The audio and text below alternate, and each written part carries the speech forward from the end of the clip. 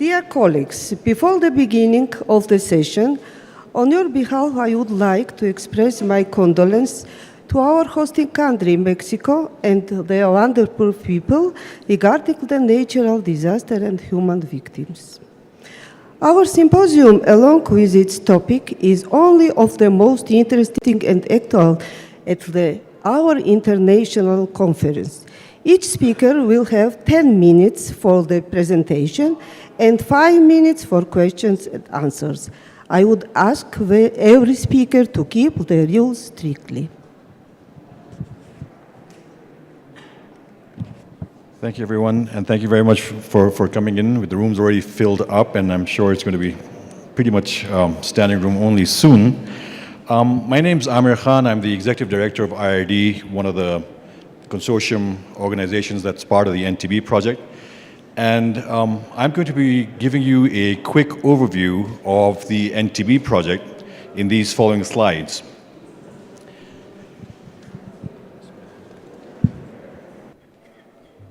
So the NTB grant is operated and run by a consortium that is headed by Partners in Health and includes Médecins Sans Frontières, MSF, and Interactive Research and Development, my group. And we've been supported by Unitaid through this $60 million grant to establish and support the introduction of new drugs across countries that I'll share very soon over the next 4 years, and the project actually comes to an end in early 2019. There are 17 countries where over 2,600 patients are going to be put on the new drugs under an observational study. And the purpose really is to expand access to new drugs as we learn about the early experiences with these drugs. And embedded within the initiative is also an exciting clinical trial. But we're here, of course, today to share the early and interim results from the observational studies. In each country, we establish a partnership between the National TB Program and the NTB consortium partner in each country.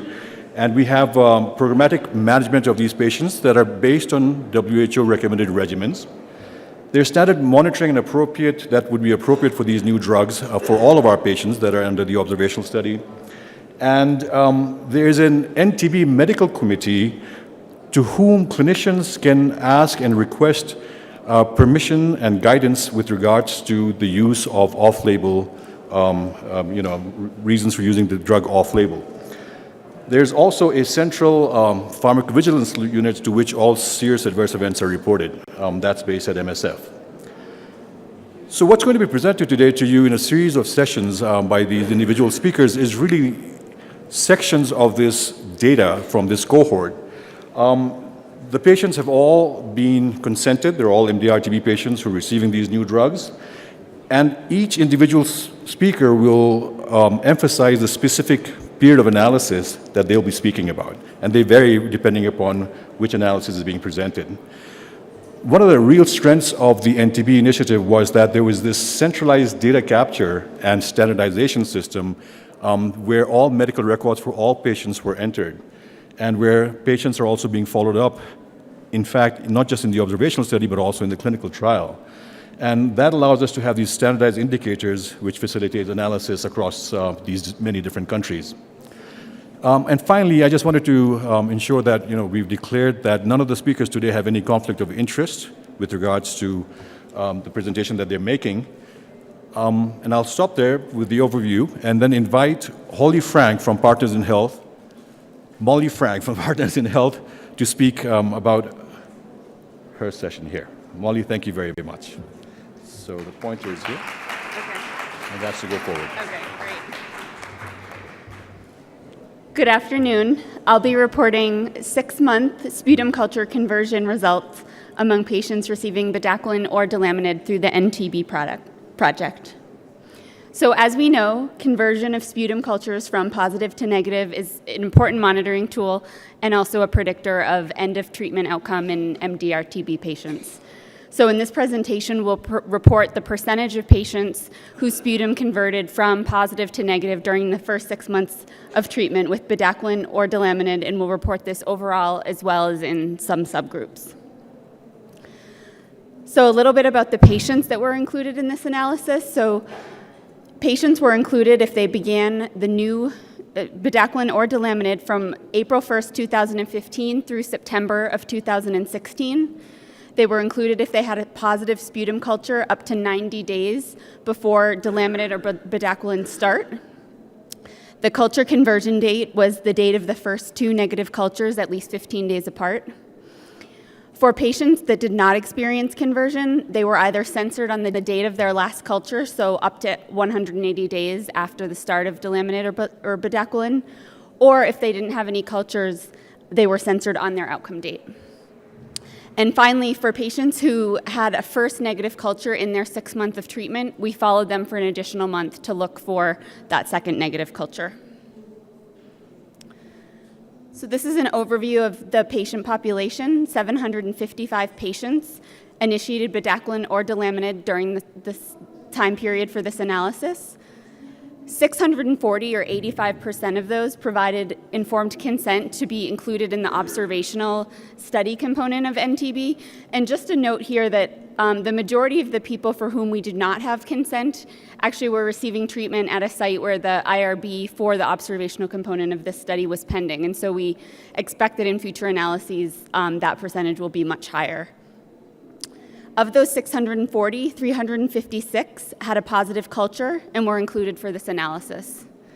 The vast majority of those, 96%, had at least one follow-up culture, and a small percentage, 4%, lacked a follow-up culture, and this was primarily due to very early attrition from treatment. This shows patient enrollment by country. So about 75% of patients initiated treatment in Kazakhstan, Georgia, or Armenia. Between 5 and 10% of patients initiated in Lesotho, Pakistan, Bangladesh, or Belarus each, and then a handful of patients initiated in Kenya and Ethiopia. Patients were treatment experienced and quite sick. They had extensive disease, high-grade resistance, and comorbidities. So you can see that just over a third of patients had severe malnutrition, 2/3 had bilateral disease, nearly 50% had XDR, and another 38% had pre-XDR. Comorbidities of HIV, Hep C, and diabetes ranged from 10 to 19%, and 79% had been previously treated with second-line drugs. But in spite of this, we observed good culture conversion in this group. So of the 356 patients that were included, 291 experienced conversion, so 82%, with a confidence interval ranging from 77 to 85%. Among those who did not experience reversion or conversion, many of those were deaths and loss to follow-ups that happened very early on in treatment. This slide gives you a sense of when conversion happened among the patients who converted. The median time was 52 days with an interquartile range of 29 to 73 days.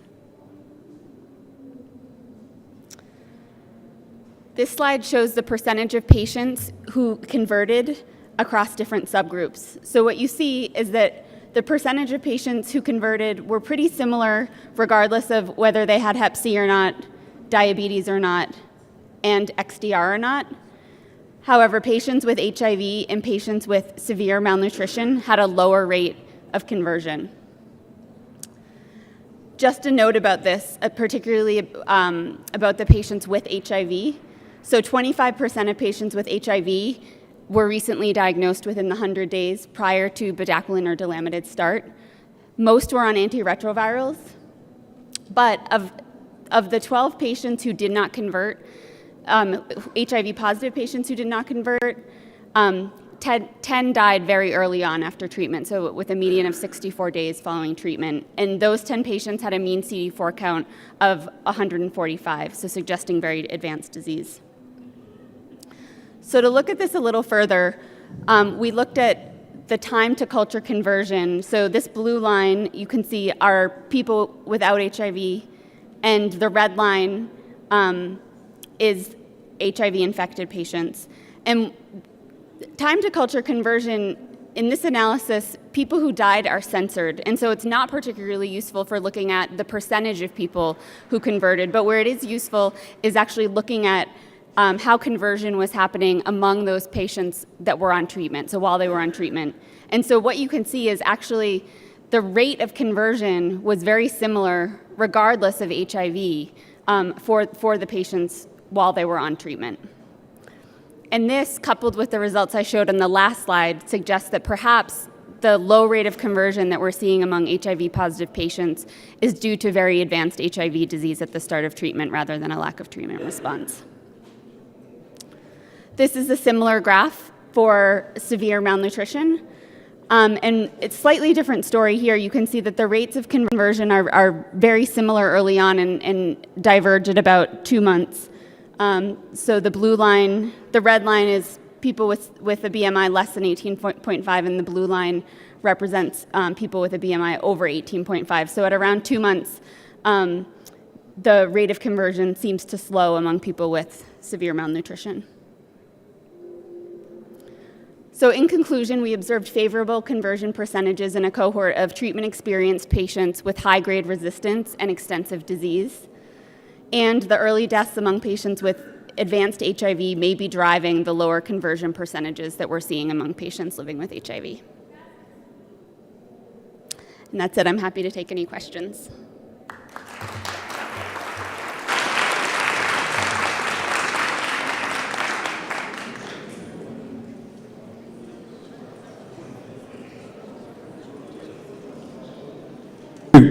Before we go to questions, there are still people standing on the sides. There are some chairs empty up here. You're welcome to find a seat in the interim. If anybody has questions, there are mics here on the stand. Please come on up. And if we have to pass the mic around, we will as well. Please introduce yourself as well. Hi, Max O'Donnell from Columbia University. That was really fantastic and exciting. 2 quick questions. Did everyone get bedaquiline or delamanid, and did I miss that? Like, what was the breakdown? And then among the patients who were treated with ART, was that nevirapine-based treatment? Thank you. No, I don't. So I'm not sure what HIV regimens they were on. 86% were on antiretrovirals, but I'm not sure about what the content of those regimens were. And then in terms of, so patients were included in this analysis if they were receiving either delamanid or bedaquiline. More bedaquiline use than delamanid use. I don't have the exact percentages for you. And some were also receiving the 2 drugs together, and there'll be additional data on that a little bit later. My name is Mawire. I'm a bit worried with your analysis, your biostats there. Patients were censored, as I'll assume they didn't culture convert, and that's why they died maybe, because they remain positive. That's an unfavorable outcome. And now you censor them and then you don't put them in your analysis. I don't understand that. I think it's a bit biased there. No, thank you for clarifying that. So you're absolutely correct that we assumed that patients who died or lost to follow-up prior to converting, we considered that they did not convert, and that was their outcome for this analysis. And the censoring you mentioned? So those survival curves were just to give you a sense of among HIV positive and negative patients that were on treatment, receiving treatment, what does their rate of conversion look like? So it doesn't account for death, because we already saw that death is higher among HIV positive patients. So let me go back to that graph. What this graph shows is that among patients that are on treatment, their HIV positive and negative patients are converting at about the same rate. But that the difference that we're seeing on this slide is because there were a lot of deaths in that HIV positive group.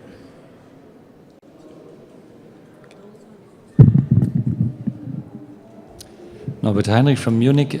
Thanks for this great presentation. I have a question regarding safety. I mean, it's probably a bit off topic, apologies for that. But one of the main concerns of combining these 2 drugs is, of course, QT interval. Is there anything you could say to that, where there, or maybe a bit more general, were there patients who had to be taken off the drug and censored from analysis for safety reasons? If you wait about 15 minutes, there'll be a presentation all about safety. Thank you. Thank you for the question. Nice presentation. Ziegler from Emory University in the USA. The malnutrition data was pretty interesting. Do you have serial body weight data or serial BMI data? I'm just wondering whether those who were malnourished in the beginning, got more malnourished over time. You probably don't have food intake data, but I'm just curious about the BMI and the body weight over time. And then does the drug, or do the drugs cause diarrhea? Is there any impact on nutritional status that we know of? So I think we still have a lot of work to do with this. We do have serial BMI measurements. I agree, it's interesting. Because this is a univariable analysis, there are lots of factors that could lead to a low BMI. It could be HIV, it could be advanced disease. And so I think this is a question that we'll certainly be able to explore in the future, but haven't yet. Thank you, Jerry Friedland from Yale. I agree with everyone's previous comments about the success of the study. I'm curious to know how the patients were actually managed. Were they inpatients, whether in the community? Was there a special clinic? And what kinds of adherence measures were used in order to support the treatment success? And I have one comment about predictor. I wonder if you looked at anemia, because that's been also a very powerful predictor of outcome in people who are treated with for both diseases. So we haven't looked at anemia yet. We do have the data to be able to do this. This is sort of hot off the press, Sure. So will be included in future analysis. In terms of management, you can imagine that varied greatly by country. I don't know if anyone from the program side wants to comment more, but there are lots of different models depending on Were the any site. themes that emerged that you could share with us? Themes? Themes on the style of way in which patients were treated. Were they all inpatients? Were a separate program for drug-resistant TB? So a lot of posters and other things about using a lot of various different methods of actually now treating drug-resistant tuberculosis, which is very exciting. Yeah, I mean, some patients were started on an inpatient basis, but again, it varies greatly across the 15 countries that were included in this analysis. Okay, thank you. Christoph Lange from Germany. Thank you very much for a nice talk. Did you see any difference in those treated with bedaquiline from those treated with delamanid? We haven't done that comparison yet.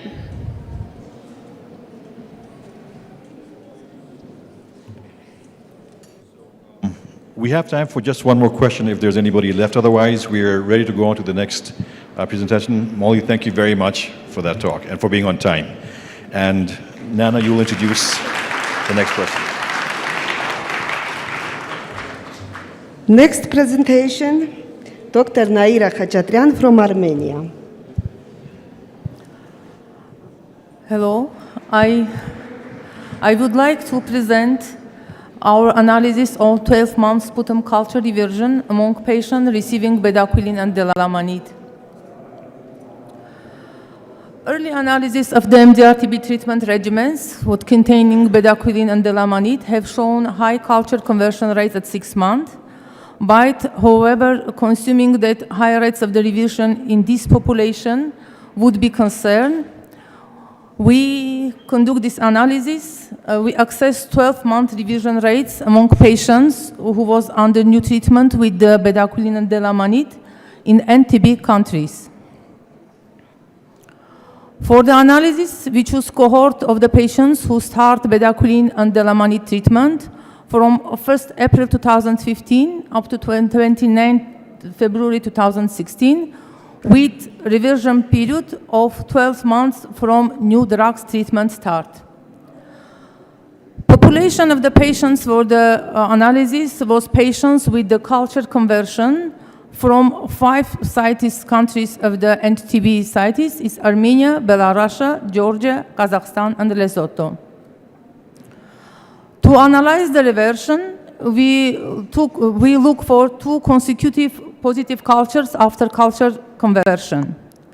For us also was important to define the time for analysis for the reversion, and for that we look for the time to reversion from drug start date and also time to reversion from culture conversion date. Total number of the patient who was under this analysis, it was 98 cases. Among them, 78 cases was men's with 79 and 6%. median age of the patients was 39 years old, and we analyzed this by the type of the patient, 3 groups of the patient. We defined it. XDR patient, among all 98 patients, 51 patients, what is about half of the patients, was XDR-TB patients. 1/3, it was pre-XDR fluoroquinolone resistant cases. And also 9 cases, what is 9.2%, it was pre-XDR injectable resistant cases. All the patients was well bacteriologically followed, and median number of the cultures during follow-up period, it was 10 per patient. Now about the results. We would like to note we found only 3 cases with the reversion among 98 cases, which was the 3.1%. And if we will have a look on time to reversion from conversion, the first case we had a conversion for the first case, it was the reconversion at month 1, and for other 2 cases at month 5. And for the time to reversion from new drug start date, the first case get reconverted at month 2 of the treatment, the second case at month 8, and the third case is month 9. During this 12 months follow-up duration, what was our reversion period, 3 cases was died.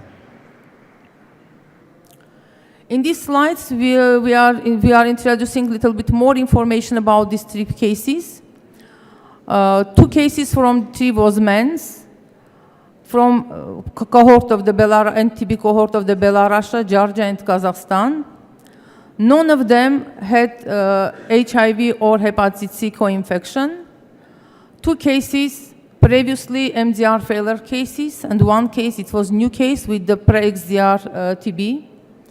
By the resistance, 2 cases was XDR cases, and 1 case pre-XDR resistant to fluoroquinolones. All 3 cases, they have treatment with the new drugs. The 2 cases, the treatment regimen with the bedaquiline, and 1 case with delamanid. And also, all 3 cases had in treatment regimen linezolid as a repurposed drugs.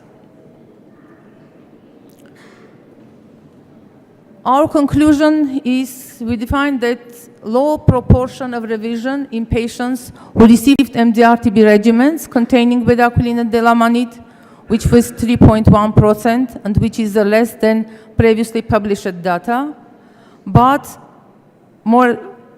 we think that more data is needed to identify risk factors for the revision, and also to identify a role of the treatment duration more than 24 weeks for the new drugs, and concomitant use of the bedaquiline and delamanid. And for that, we will continue our analysis with larger cohort of the patients after longer follow-up.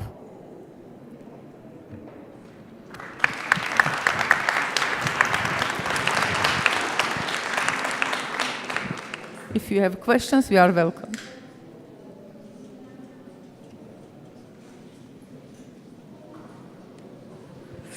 Thank you, Naira. Questions, please. Now I've read the program, and I don't think I've seen anything that preempts my question, but thanks again for this really interesting presentation and the great data. Do you have any information on whether critical resistance was acquired in these reversion cases in the new episode that they developed, or would these patients in theory have been able to have a second treatment course with the same drugs?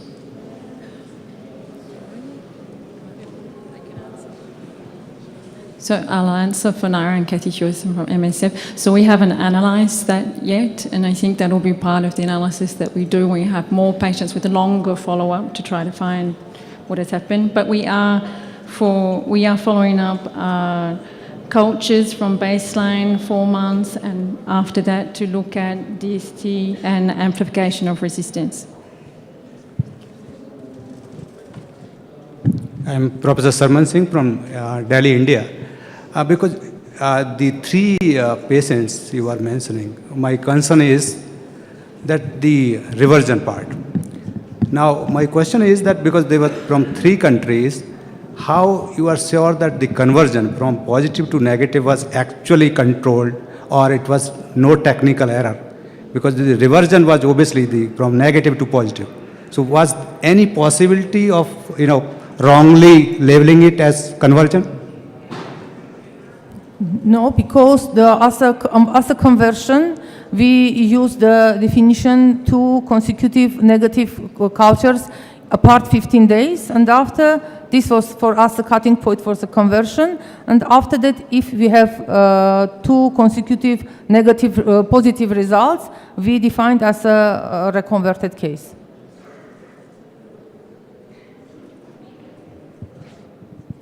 Thank you. Thank you. Thank you. Thank you for good presentation. Next presentation is very interesting about pharmacovigilance. Dr. Nino Lomtadze, Georgia.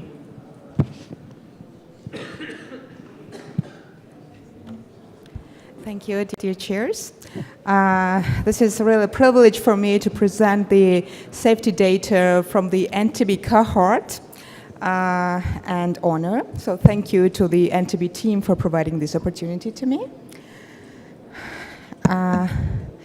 So the methods that have been used for the safety analysis is the overall NTB pharmacovigilance, which means that all serious adverse events are reported within 24 hours to the pharmacovigilance PV unit in Geneva, and non-serious adverse events are reported monthly. Among those, adverse events of interest, any adverse events leading to the drug change, and any other adverse events that were considered worthy of reporting by a clinician. For the purposes of this analysis, we are just showing the results of the serious adverse events and adverse events of interest. Causality assessment that was used is conservative. Drug was considered to be related to adverse event unless a causality is excluded. Other assessments include treatment outcome, other causal factors, a final action on TB drugs, etc. Also, every site reporting to the Geneva PV unit has received a special pharmacovigilance training from them. The flow of the safety data is as follows. For non-serious adverse events, data are entered into the local EMR, and also the reports are sent to the Geneva PV unit. For serious adverse events, the reports are sent to the Geneva PV unit, where additional data entry is taking place in the pharmacovigilance database, and from that database, two kinds of reports are provided to the sites.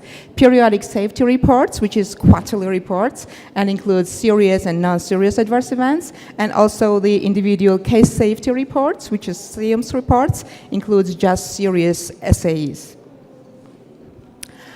We describe all serious adverse events as any untoward medical occurrence that results in death, is life-threatening, it requires hospitalization, a prolongation of hospitalization, causes significant disability or is congenital defect, and non-serious adverse event of interest. Data for non-serious adverse events are entered in the electronic medical record, and for the serious adverse events are entered centrally in Geneva PV unit. Which are those non-serious adverse events of interest? These are peripheral neuropathy, myelosuppression, prolonged QTc interval prolongation, optic nerve disorder, hepatitis, hypothyroidism, hypokalemia, acute kidney injury, and ototoxicity. So we are focusing mostly on these 9 adverse events of interest. The study population are patients starting bedaquiline and or delamanate between 1st April 2015 and 31st of October 2016. Start date of adverse event of interest, or SAE, is within the first 6 months from initiation of treatment with bedaquiline or delamanate. The patient characteristics, the total of 687 patients data have been used for this analysis. And we see the majority of them, 70%, were male. 80% had extensive bilateral and/or cavities, cavitary TB disease. 24% were resistant to rifampicin or MDR, and more than 60% are fluoroquinolone resistance, XDR plus pre-XDR to fluoroquinolone, 10% resistance to second-line injectables, and 11% had HIV. Almost 17% of those patients were hepatitis C co-infected, 10% had diabetes, and almost 70% have been treated with second-line drugs previously. So the patients are really severe TB cases. The adverse events of interest that have been reported, and I will not go through all of them, but majority of them were elevated liver enzymes, hepatotoxicity. And we see that 22% of those patients have developed hepatotoxicity, but it should be mentioned that very few, 10% of those were really severe, grade 3 or 4. Also, prolonged QTc interval. Almost 18% developed the QTc prolongation, but very few, less than 4%, were severe, meaning grade 3 or 4. Also anemia, 12% developed anemia, but less than 10% of those developing anemia were severe. Peripheral neuropathy, we see that 9.5% developed peripheral neuropathy, but 11% were severe. 7% hearing impairment, but almost quarter of those were severe, grade 3 or 4. And optic neuritis, less than 1%, but quarter of those were severe, grade 3 or 4. Regarding the relatedness to TB drugs and the outcomes of the adverse events of interest, we see that only 3.4% of TB patients were required to suspend all TB drugs because of adverse events. So this is less than 4%. And majority of those adverse events, which is more than 90%, were grade 1 or 2. More than 90% of those were resolved, and 81% were considered to be possibly related to TB drugs. The action that was taken in response to the adverse event were follows. For almost 90% of cases, the doses of all drugs have been maintained. In less than 4% of cases, dose has been reduced, and in less than 7% of cases, drug was permanently withdrawn. Now let's move to the serious adverse events. Total of 136 SAEs were reported in this period for this particular cohort. 109 out of the total, which is almost 16% patients, had at least one serious adverse event in the first month of treatment initiation with new drug. Out of which 12.5 had one SAE, 2.8 had two SAEs, and 0.6 had 3 serious adverse events. The incidence rate of serious adverse events was 3.5 per 100 patient months. The most common SAE terms that were reported were increased liver enzymes, QTc interval prolongation, respiratory failure.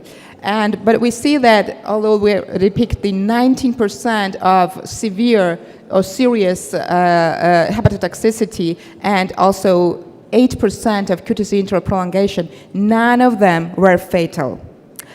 In reverse, the rare serious adverse events such as TB disease progression and myocardial infarction, 100% of those were fatal. And we see that the median time to developing the serious adverse event on average was 2 months. The outcomes of the serious adverse events are as follows. 30% of them were fatal, 4.4% not recovered, not resolved, 47% recovered, 11% recovering, resolving, and 5% are ongoing. I know this is a very dense slide, but I'll try to go through it. So out of the 136 serious adverse events, 43 were considered to not to be related to TB drugs, and 93 were possibly related to TB drugs. Out of those who are possibly related, 19 were fatal SAEs and 74 were non-fatal SAEs. Out of the 19 fatal SAEs, 9 were possibly related to bedaquiline, 3 were possibly related to delamanid, and 7 related to other TB drugs. Among non-fatal group, 36 were possibly related to bedaquiline, 17 possibly related to delamanid, and 21 related to other TB drugs. Also, we see that there were other contributing factors of those serious adverse events, and mostly they were TB disease, severity of TB disease, hepatitis C virus co-infection, HIV co-infection, alcohol abuse, and also non-TB drugs. And this is similar for those who are related and not related to TB drugs. Among other TB drugs, we should mention the beta blockers related to serious adverse events, utilization of which are not recommended to treat QT prolongation or bradycardia, and other non-TB drugs that included antiretroviral drugs and polypharmacies such as antifungal drugs, etc., that are also causing QT prolongations. Now let's focus more on the QT prolongation of more than 500 milliseconds. We see that out of 15 patients who has developed QT prolongation more than 500 milliseconds, 2 were with symptoms. So only 2 had accompanied with symptoms such as arrhythmia, etc. And 13 had without symptoms. 14 out of those 15 has resolved, and 1 is resolving. 13 was considered to be related to TB drugs, and the action taken for bedaquiline and delamanid was that for 10 among those 15, dose has been maintained. For 2, drug was withdrawn, and for 3, the action is not known. In conclusion, overall, we observe a very good recording and reporting on serious adverse events and adverse events of interest among the whole cohort of NTB. Adverse events of interest are common, but most are of low severity, related to both new, repurposed, and conventional TB drugs, such as linezolid and injectable agents. Fatal SAEs often have other contributing factors, such as comorbidities, extensive TB disease, and other non-TB drugs such as beta blockers or antifungal agents. QTc prolongation was reported frequently, but very few had over 500 milliseconds and without any fatality. And raised liver enzymes are common adverse events of interest and serious adverse events. This means that additional attention to comorbidities and additional analysis is needed. Thank you.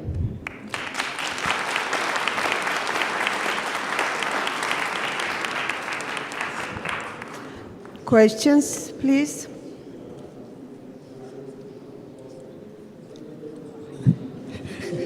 Hi, I'm Isaac from MSF. I just wanted to ask if any of the patients received bedaquiline or delamanid beyond 24 weeks, and if that represented any significant increase in side effects. Same question for patients who received both drugs at the same time. I'll ask, I know that the extension of bedaquiline has been taken place in this cohort, but I'd prefer Kathy to answer the question. Yes, so this cohort does include patients that had prolongation of both delamanid and bedaquiline and combination of the 2 drugs. And there will be a presentation later that will show some of the safety data from those patients, but we don't have enough patients yet to compare those 2 groups of patients who had prolongation or combination to patients who did not, but that will be later on. Among the patients that died with that cardiac event, were they actually occlusive vascular disease? I mean, how do they die? Because you were saying there was no death with the QT prolongation, so we assume they were not arrhythmias, right? So were they actually secondary to a ischemic cardiomyopathy? Can you elaborate on that? Did it make sense what I asked? Yeah, so you had some cardiac deaths, right? Were they due to any reason? Yeah, they were not due to QTC prolongation, but they were sudden deaths associated to other cardiomyopathy. Maybe Kathy will contribute. So the cardiac deaths are a separate category. There are also another category, which is sudden deaths. In the sudden deaths category, we don't know what happens. That's why it is caused a sudden death. We witnessed somebody suddenly die, and they had multiple risk factors for QT prolongation, but no QT prolongation was measured just prior to that showed any high QT prolongation. We can only imagine that there were many, many risk factors in a certain patient that might have led to an arrhythmia, but we don't know. And these patients don't have, they've not had autopsies, and we don't have any evidence of that. And that's why that sudden death category is a category on its own. The cardiac deaths are patients who have had cardiac failure or myocardial infarction, those types of things. So they are, but we haven't measured a QT prolongation in these patients. So these patients are much more likely to have had pre-existing cardiac disease. We do have that information, but we haven't presented or analysed that information here. So I am Pumeza Tisili, I'm from South Africa. I am an ex-TB survivor. So unfortunately at the time there was no BDQ or the delamanide, so I took the toxic drug that led to my hearing loss. I'm actually deaf now, but luckily enough I got my hearing back using cochlear implants. So I saw now that I'm not sure, do you guys even have an injection now, or is it stopped, the injection? And also the side effects, are they that bad as I experienced them? Because I see some patients in Kailicha MSF, that's working, they always complain of fast heartbeat because of the BDQ. So is it? So injectable agents are still used for TB treatment, although the global TB programs are moving towards eliminating injectable from TB treatment, which is the future of the TB treatment. But currently, injectable drug treatment regimens are rarely injectable free for MDR. And the next question was about heart rate, right? So is it only 2 tablets? Because I took like 20 tablets a day with an injection. So is it 2 tablets now, no other tablets, or are you mixing the tablets with the other drugs? You are taking 2 tablets? Only. Yeah. Oh, I'm asking if there's only 2 tablets now to take a day, because I took like 30 tablets a day. So now is it 2 tablets for 6 months, or is it 2 tablets for 2 years? No, when we talk about bedaquiline and delamanid, this doesn't mean that we are treating with each of them or just 2 of them. They are added to the multi-drug regimen. So they are part of the multi-drug regimen, which means minimum 5 effective drugs in intensive phase and 4 effective in continuation phase. So it's still, amount of tablets still is an issue. It's not, the new drugs are added to the multi-drug regimen. Yes. Thank you. Yes, thank you for an interesting talk. I'm Judith Brookfeld, infectious disease physician from the Karolinska Institute. Maybe you already answered this, but I was wondering regarding the fatal outcome for the 19 patients that could possibly be related to the drugs. You say 9 were bedaquiline related and 3 delamanid related. And what kind of adverse event was present then for the different drugs leading to death? Was that too hard, or? because in the preclinical trials there were more deaths, for example, in the bedaquiline treated group, but that was not deemed to be due to the drug itself. So I thought it would be interesting to know what did you deem related to the fatal outcome? I know possibly related, Yes. but anyway. Yeah. Well, it's a kind of tricky question, but I'll try to answer in a tricky way as well. It's a methodology for assessing the causality. So there are 4 options for relatedness. It's certain, probable, possible, and unlikely, which means not related. And for a drug and an event to say it's certain, there should be a cascade of events that is taking place. And for probable as well, you should at least observe dechallenge, meaning when you remove the drug, you should observe either decline or reduction of the adverse event. When it's death, you can't do either. You cannot re-challenge or de-challenge patient. So maximum that can be said for causality is, if it's a death, is possibly. And possible, you say, if there is not existing an exact factor that you know for sure that has caused the death.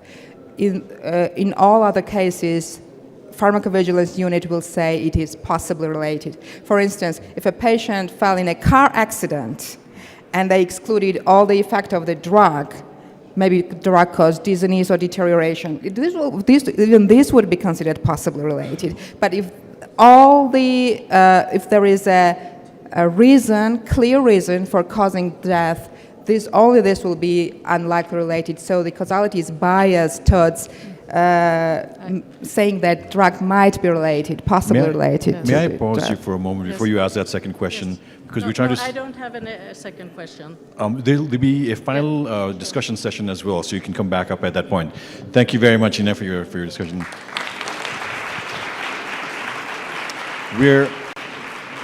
We're very grateful and excited that there's so many people here. There's so many chairs that have been put in the back, but we still see people standing. If you would there's seats here, pockets of seats. If you make your way up here, you'll find some seating for yourself. The next speaker is KJ Sung from Partners in Health and Harvard Medical School, and he's going to be speaking about the experience for expanded indications from Lesotho. Thanks, KJ. Welcome to everybody. So as you know, this is an observational study. So in 17 countries, patients are being treated according to NTP recommendations, guidelines, and WHO guidelines. So we observe the way patients are being treated. We do not have control over the way clinicians choose to use the drugs.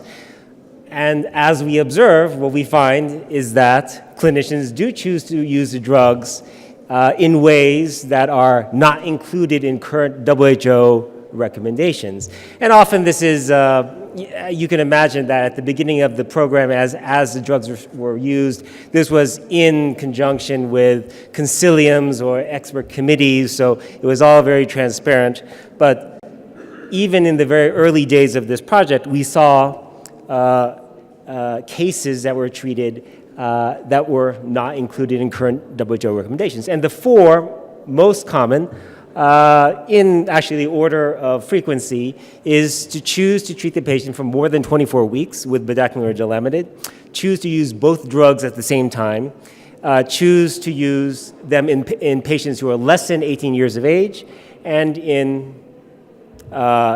during pregnancy.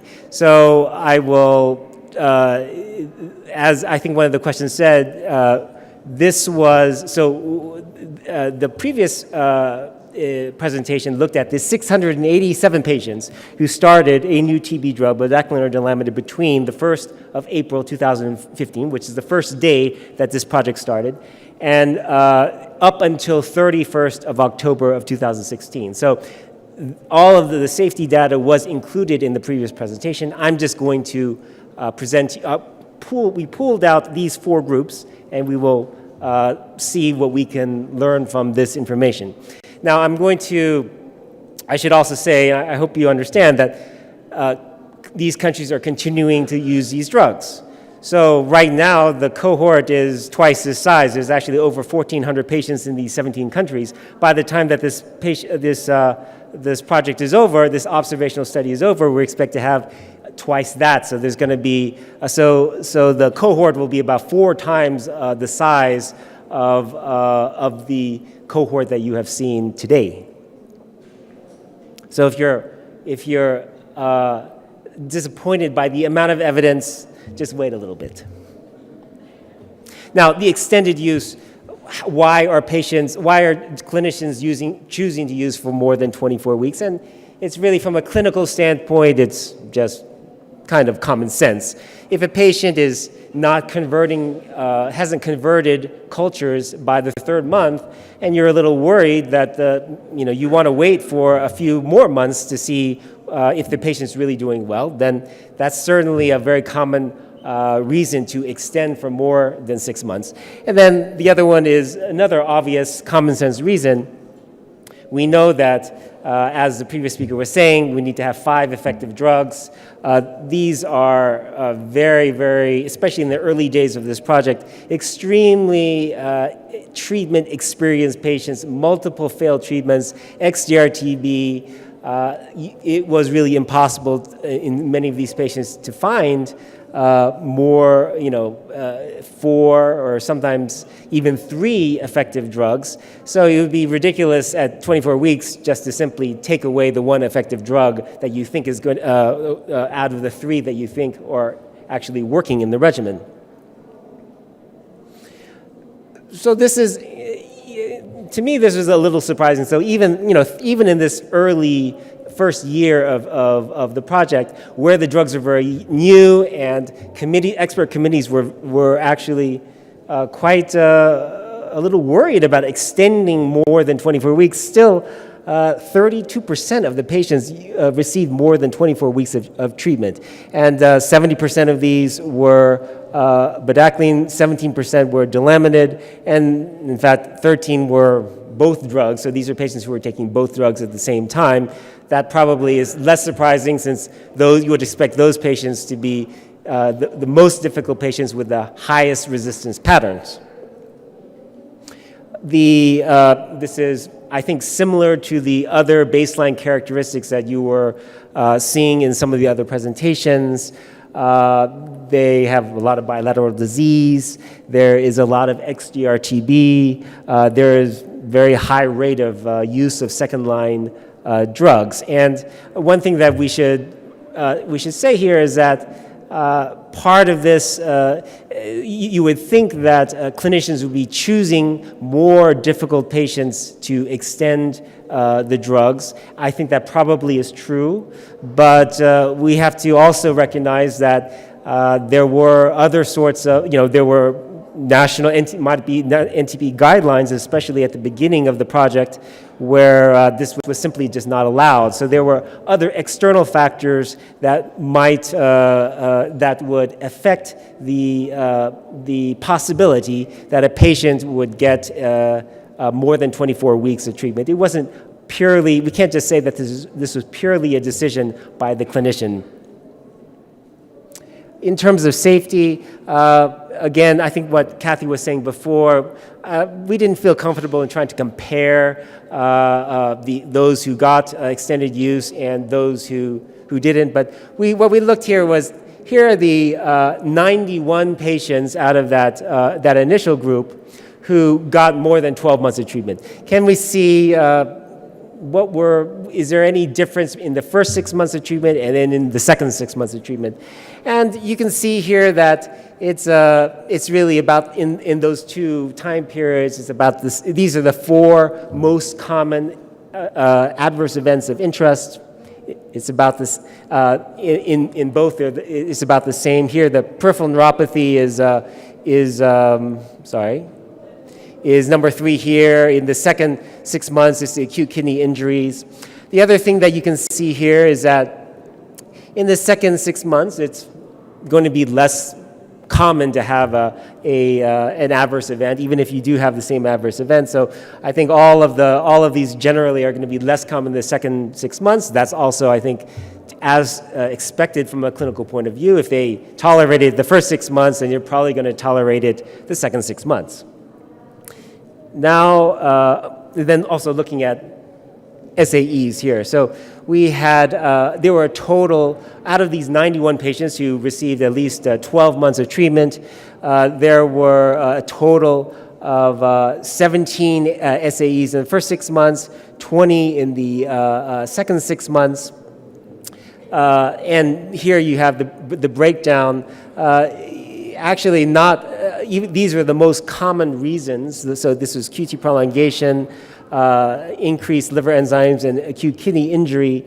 But there were clearly a lot of other sorts of SAEs that were in this group of 17 and 20. And again, we see here that even for these three, in the second 6 months, you're going to have less than in the first 6 months. So this is really all consistent with what you might expect. Now let's move on to combined bedaquiline and delamanid use. So 46 patients in this cohort received delamanid and bedaquiline in combination. So we're seeing, again, slightly surprising. So even in the very first, stage of this project, about 10% of the patients, a little less than 10% of the patients are getting both drugs. And I would say that's a little surprising considering that I think that's one of the things that clinicians and NTPs are very worried about, combining these drugs. But we divided it up into two groups. So you have patients who are starting the two drugs together, and you can imagine this is because they're very, very sick. They have very, very high resistance patterns. It's very difficult to design a regimen. And then you have others who are starting them sequentially. So it's about half and half. This, I think, is a little surprising to people who never really thought about it. But when you talk to the clinicians in the field, it's because this is most often, I think, due to toxicity. And I think what it's showing is that the two new drugs are increasingly being viewed by the clinicians who are experienced as being less toxic, not only of the conventional drugs such as the injectable or cycloserine, which are legendarily toxic, but even of the newer drugs. For example, linezolid is a very common one where you would be adding, if a patient doesn't tolerate linezolid, which most clinicians would say is an excellent drug, where there's no resistance, but has a lot of side effects. So they'll take that off, and then they can put on delamanid and get very, very good results. But let's go again. I think here, this is showing the baseline characteristics. I would say here that this might, we haven't really done this comparative analysis, but this pops out about, this is probably a little higher proportion of XDR-TB patients, and that would be in line with what you would expect, that these patients are the ones in which designing a regimen is very, very, very difficult because of very complicated and drug resistance patterns. And certainly a lot of hepatitis C. So for the conversion, we wanted to look at first only the patients, the half of the patients who had started bedaquiline and delamanid at the same time, because those who started sequentially often would do it for other reasons, and those who had very clear baseline positive culture. So very, very difficult subset of patients, and 73% of those had sputum culture conversion at 6 months.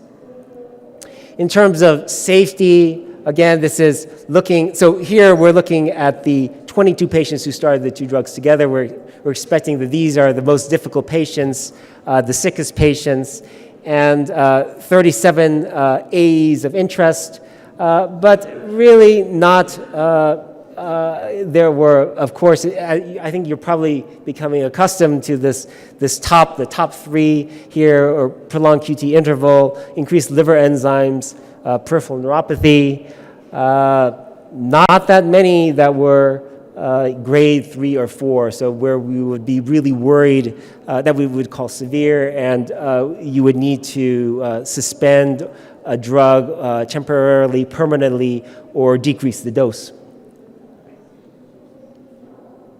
Now, let's go on to the third category, which is children. Here we have 8 children.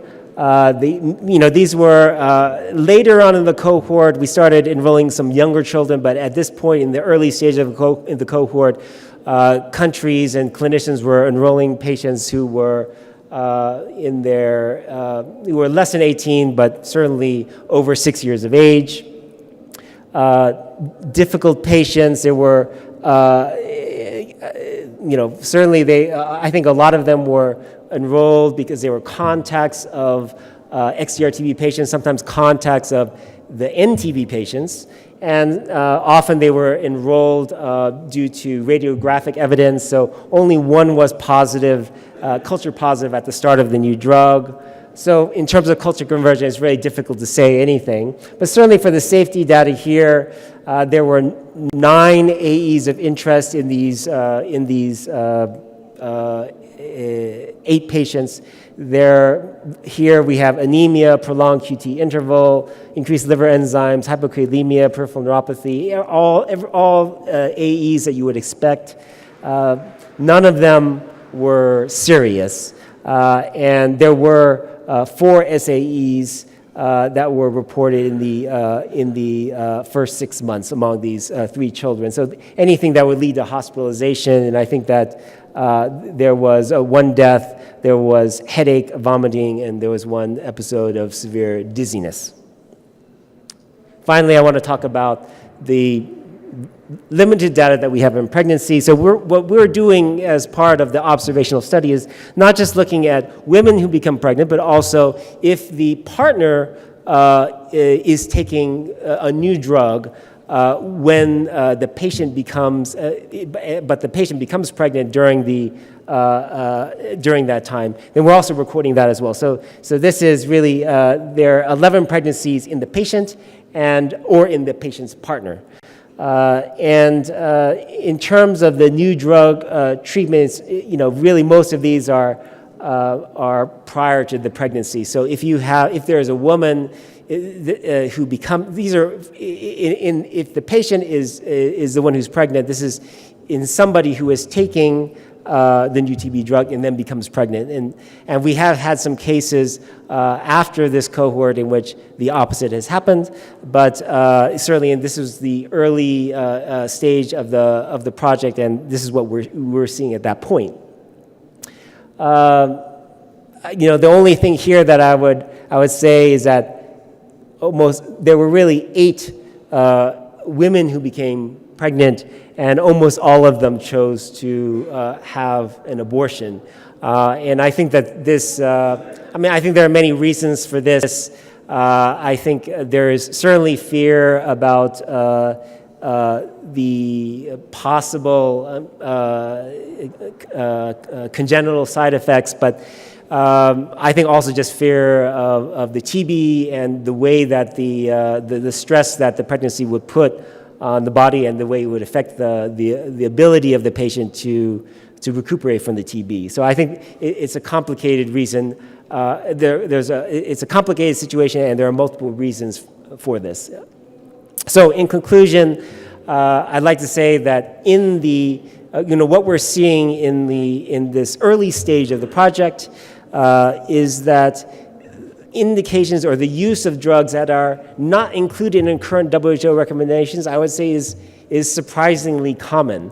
And you saw really of the 4, it was really the extended use followed by the combined use of bedaquiline and delamanid that were the most common. Very difficult to draw any clear conclusions on the much smaller cohorts of the children and the pregnancies that are reported here. But certainly in the extended use and in the combined use, we need to follow these patients more. We certainly are intending to increase the numbers, and we're expecting those numbers to increase as this project continues. But nothing is jumping out at us as a clear safety signal, anything to be alarmed about at the current time. Thank you very much, and happy to take questions. Thank you. I just wanted to remind everybody that we have a 15-minute discussion at the end of the session. We'll take 2 clarification questions and then proceed on to the next presentation, and then we'll have plenty of time for discussions. But Gunther, please start. Hello. Thanks a lot. I'm Gunther Draunets from KNCB. I have a question about reporting to GDF and the manufacturer about this off-label use? Did you report? And if you did, in which format did you report? In terms of the action, no, we did not report to GDF. I think what you're saying is that do individual patients need to be reported to the GDF if they're using indications in this way? No. We report SAEs. And that data is available. But no, we do not report. For example, we do not need permission from the GDF. Or actually, what we should say is that, as far as we know, clinicians in the field, NTPs are not required to get permission from the GDF. In fact, I'm not even aware that they are even required to report. For example, if we have 10 patients who have been treated for more than 24 weeks, I'm not actually aware that they're required to report to the GDF. So, and I don't think that the countries that are in this cohort are doing that. Thank you very much, KJ. Thanks. And for those who are still standing, we have 25 minutes. There's some chairs up here. You're welcome to join us. So the next speaker is Sana Adnan from Pakistan. She's going to be speaking about engaging private sector providers as well as public sector providers in the use of the drugs and providing access to patients in the private sector. Thank you. Hello, everybody. So this session is about, as Dr. Amir already explained, engaging the healthcare providers and introducing of bedaquiline delamanid to different public and private mix initiatives. And I will be presenting on behalf of the NTB team the data of the cohort collected from 3 of the NTB sites in countries of Pakistan, Bangladesh, and Indonesia.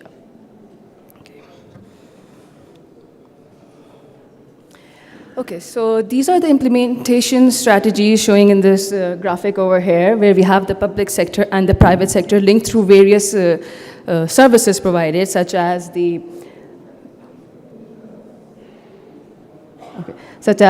diagnostic screening, case notifications to the program, performance of cultures and DSTs, then management of patients in both the public and the private sectors.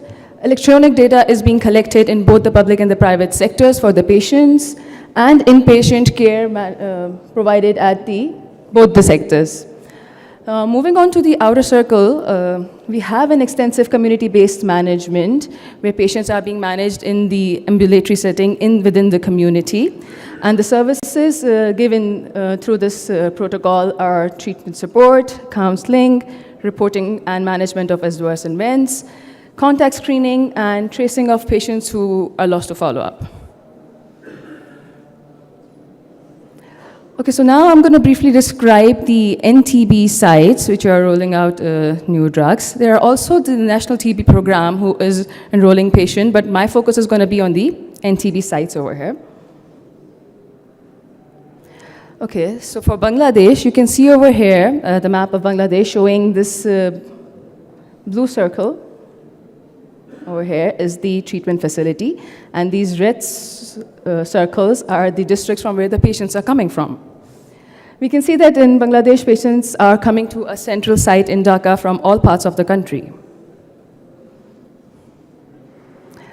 For Indonesia, we have a central private site in the central Jakarta, and we have patients coming in from the peripheral districts to the central site. The numbers for Indonesia are pretty small because they started enrolling patients on the new drugs late in the last quarter of 2016. And because of this was a private sector, there were some issues with the permissions and everything. But for now, this is going to scale up.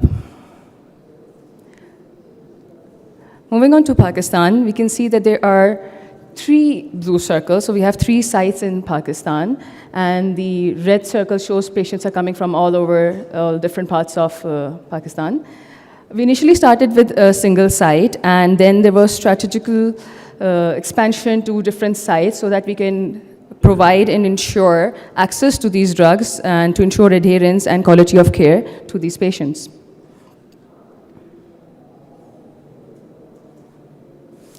Okay, this is enrollment by bedaquiline delaminate on all these 3 sites until the Q2 of 2017 over time.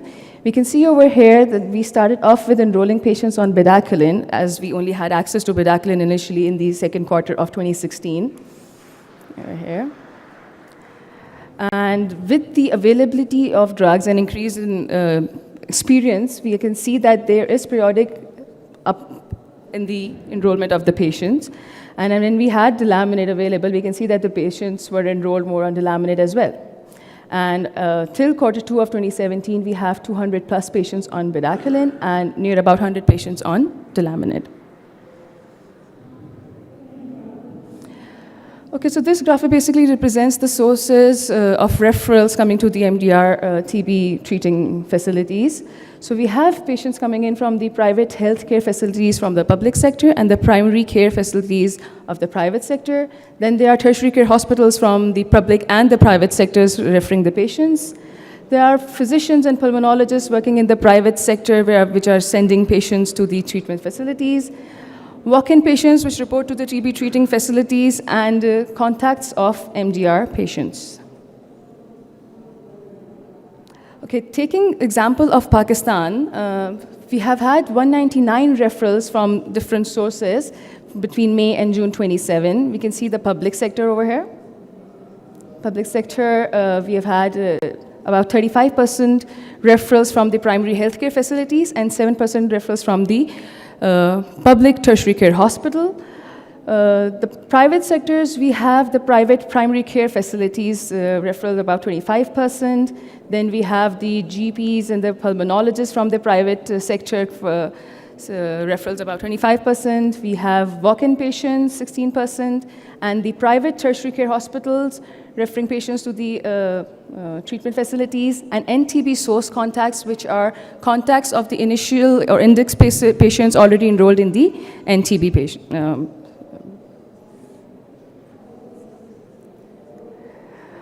Okay, so now actually going to talk about the cohort for the public and private sector for the NTB sites, the actual data from the cohort. Okay, so there were 335 patients referred between April 2016 and June 2017 for eligibility screening at the sites, of which about 60 were not enrolled, and the 275 which were enrolled, 175 are still under 6 months of care, and 102 have had at least 6 months or more of care treatment provided. Okay, so out of these 102 patients, I'm just going to move on to the next one. Okay, I'm just going to briefly describe the characteristics of the patients coming from the different sectors, which have had at least 6 months of treatment. So over here we can see that the median age range is mid-30s, with more young males being referred, and almost 70% have low BMI, less than 18.5%. Moving on to the resistant patterns, we can see over here that we have high fluoroquinolone resistance coming from both the sectors, with 68% from the public sector and about 42% from the private sectors. Also, we have had XDR patients, 18% coming from the private sector. The number is still small, but we can see that we have 18% coming from the private sector for the extensive drug resistance. Comorbidities, as these countries are low HIV burden countries, but we do see that we have patients with HCV and a high prevalence of diabetes coming from the public sector, almost 22% over here, and 14% coming from the private sector. And almost 80% coming from both the sectors have been previously exposed to the second-line drugs. Although there is no significant difference in the percentage between the previous exposed, but point to note over here is that we can see that there is, oops, what happened?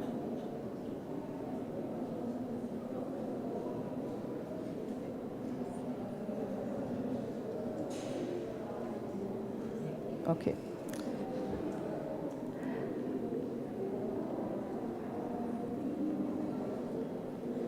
Yes, so I was saying that almost 80% coming from the private sector have had previous exposure to SLDs. So going back to this cohort of 102 patients who have had more than 6 months or more of treatment, we have had 28 patients who were negative at baseline, and 74 had positive cultures when they were initiated on the bedaquiline or delamanid. Okay, so out of that patients who had the positive cultures on initiation, 53 have had culture conversion. So stratifying that group into the public and the private sectors, we can see that 79% coming from the public sector have culture conversion, and 67% converted from the private sector.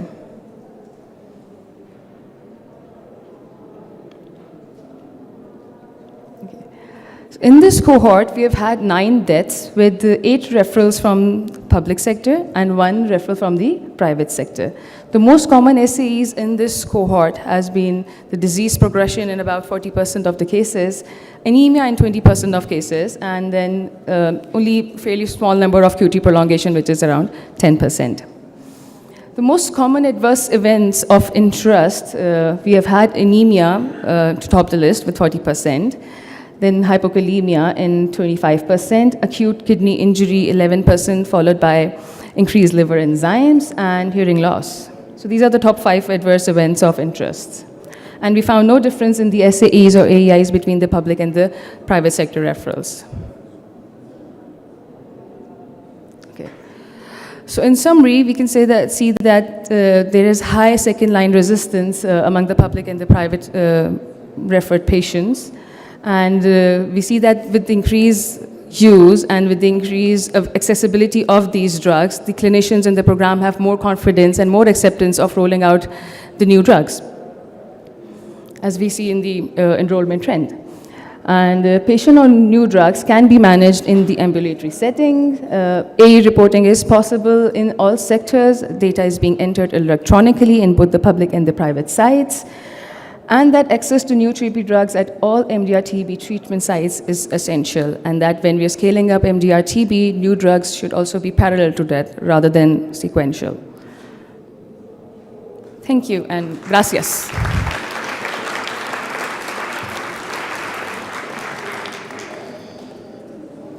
We're actually pretty much on time, and we are now open to questions not just for Sana, but also if you would like to get in line for questions and any clarification points from any of the previous speakers, please come on up to the mic here.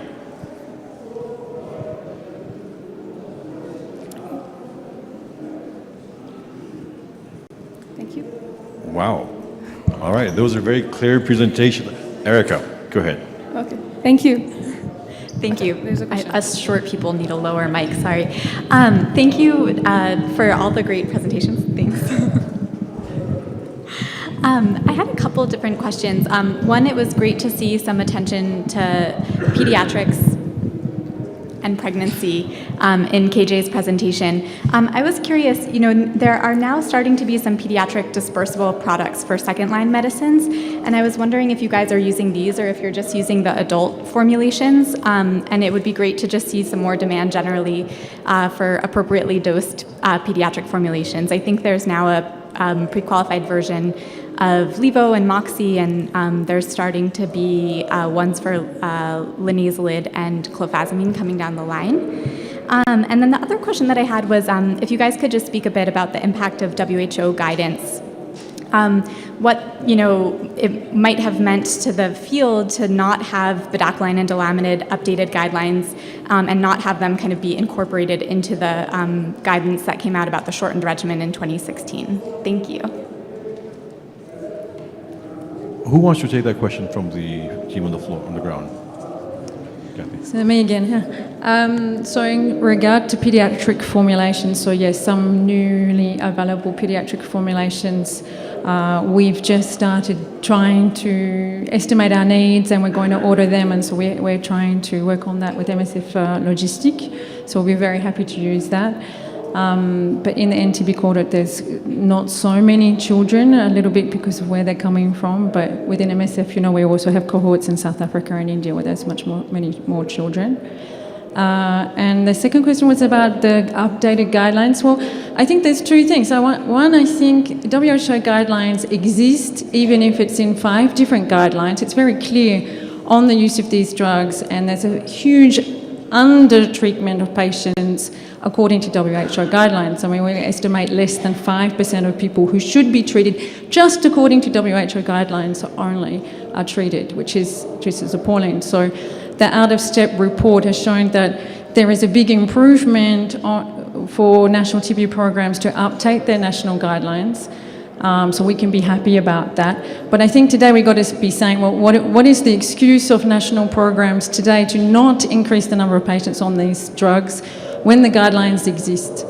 I think for expanded use, this is up to national TB programs, and national TB programs have a clear guidance from WHO now on how they can use this off-label use in their countries. And so this is really not to be asking to USAID or even to WHO, can I use these drugs in an expanded way in individual patients? This is up to national TB programs, and happily we can see that they are taking that initiative to ensure enough effective drugs in their patients. Come on up.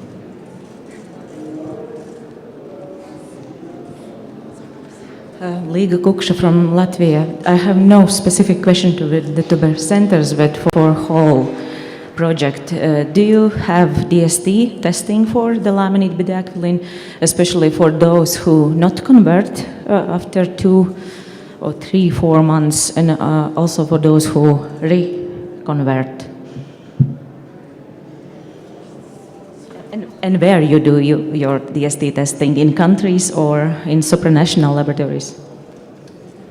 So sorry, I'm just sitting the closest, that's all. So we use ITM, so Antwerp, the supranational lab at the Tropical Institute in Antwerp, to do DST for delaminid and bedaquiline, but also for chlorphazimine and linezolid. So this is, we send patients for whom we think there is a problem, but part of the study is to send isolates, that's culture isolates for all patients at 0 and 4 months for patients who are still positive at 4 months, and then also follow-up cultures after that. And the idea will be to try to see if there's any risk factors for amplification for resistance to the new drugs or the other repurposed drugs. Yeah, delaminid and bedaquiline DST is done in Antwerp only, not in any of the countries. Yeah. Again, Dr. Sarman Singh from Delhi, India. I am a clinical microbiologist, so my concern is little, different, because NTB you are concerned about how to roll it out. But what I was saying, Dr. Sana's presentation, that about 26% of the patients, they were not culture confirmed. Even then, these drugs were given. We know from that part of the world that many of the antibiotics, they are misused. So how we will make sure that once this is 2019, this project is over, these drugs will not be overused or misused rather, and you will invite the drug resistance to these drugs also, and then we will have nothing in hand. So Sana or Uzma, did you want to answer?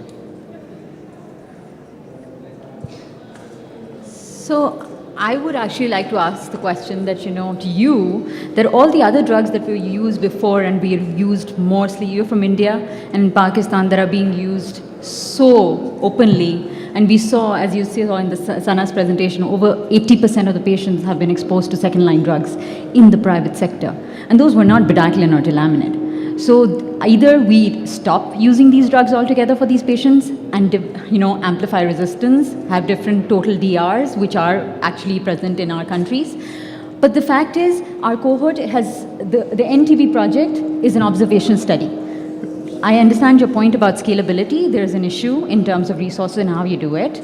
But if you're finding in such countries that we are working in, a lot of patients coming in from the private sector, then you have to include the private sector.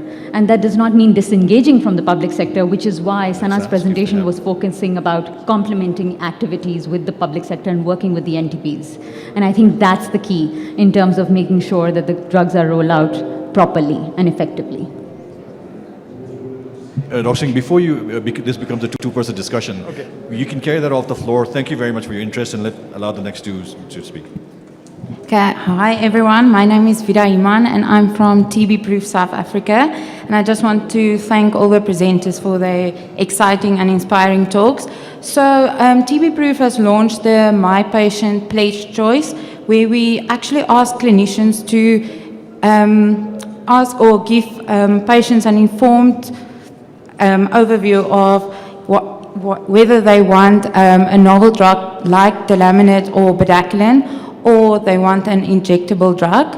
So the reason actually for that, like Pumeza that spoke earlier, she lost 5 years of her life due to an injectable drug. So we would really like your input on if you think that can work, and if maybe that can give doctors a better chance of using these new drugs. Thanks.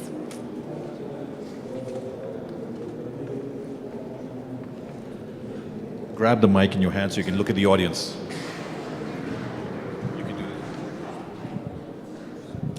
Well, I'm not qualified to say if that would work, but I do think that you're focusing on probably the most, let's say, the most disagreeable drug, which is the injectable.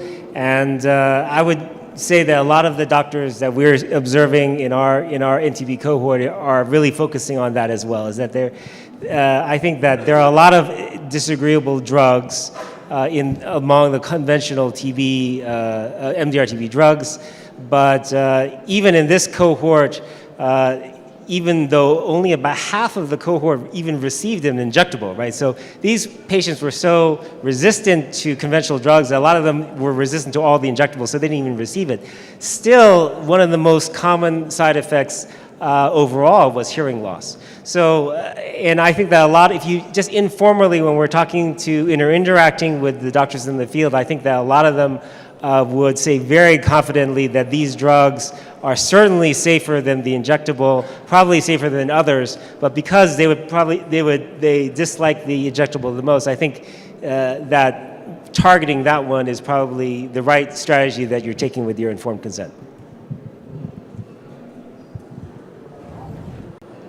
KJ, it's still for you. Patricia Macias from Cook County, Chicago.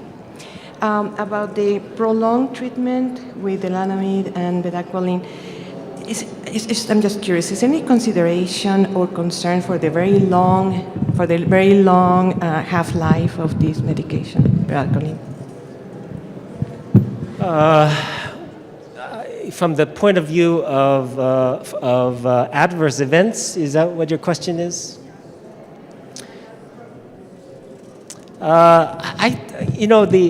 From the point of view of adverse events, no,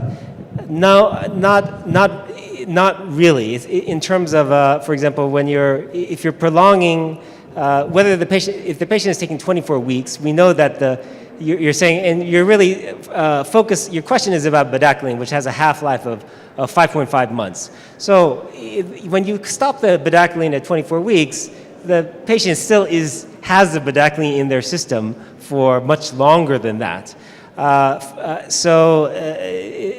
And if you take it for, say, 48 weeks or 96 weeks, and when you finally stop the bedaquiline, they'll be taking the bedaquiline for longer than when they're actually swallowing the tablets. But we know that as soon as you stop swallowing the tablets, that slowly the serum concentrations of bedaquiline are going down, and if they haven't had any serious adverse events up until then it's highly unlikely that as that tails off, that you're going to have more serious adverse events. Now, the only thing that I'm not sure if you were asking, but one of the things that you might logically go on to is when you're combining the drugs. For example, if you're starting the bedaquiline, you stop it, and then start delamanid maybe a couple months later, actually they're taking the same drugs, they're taking the two drugs at the same time. And this might be, I think from your suggestion, we might want to even look at that. If there are, because we do have very, very detailed data on the start and stop dates of not only the bedaquiline and delamanid, but all of the drugs. So we could certainly see if The delamidate was started at the same time, within the half-life of the bedaquiline, even though it was stopped. And that might be something good to look at. Thanks, KJ. But anecdotally, no, we haven't seen any problems even in those sorts of patients. Thanks, KJ. So the last question. Hi, Philip De Croo from the Burnett Institute. So pharmacovigilance, thank you for great presentations, very important data. Pharmacovigilance is important for one, picking up signals that haven't shown up in the trials, so new side effects, and I'm not hearing anything on that side of things.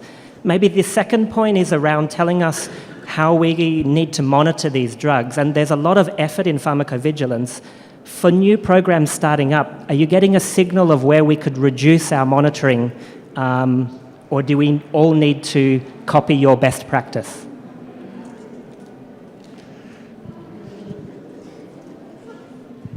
So I'll make 3 points. One is that, correct me if I'm wrong, but we have not seen any, finding safety signals, and this is one of our responsibilities of our pharmacovigilance unit. We talked about it a little bit, but actually this pharmacovigilance unit is not just responsible for compiling the SAEs of the NTB observational cohort study, but also of the NTB clinical trial, which is starting, and also the practical trial that is being run and is a separate project by MSF. To date, we have not found any safety signals related to the new TB drugs. Now, the second question is, how should we be monitoring patients? And I agree with you. I think that one of the roles of this project is to make recommendations and hopefully simplify the monitoring requirements that are required for these drugs. And if we're not finding any interesting or any serious safety signals, can we lessen those monitoring protocols? And I hope to have more discussions with that with WHO and other normative bodies. And certainly, if you have any suggestions, we'd love to hear it. Thanks. And Thanks, thirdly, KJ. can I just say, no, in general, to your question, you should not do as we are doing. We do not think this is an example for all other programs. Absolutely not. You should not do as we are doing.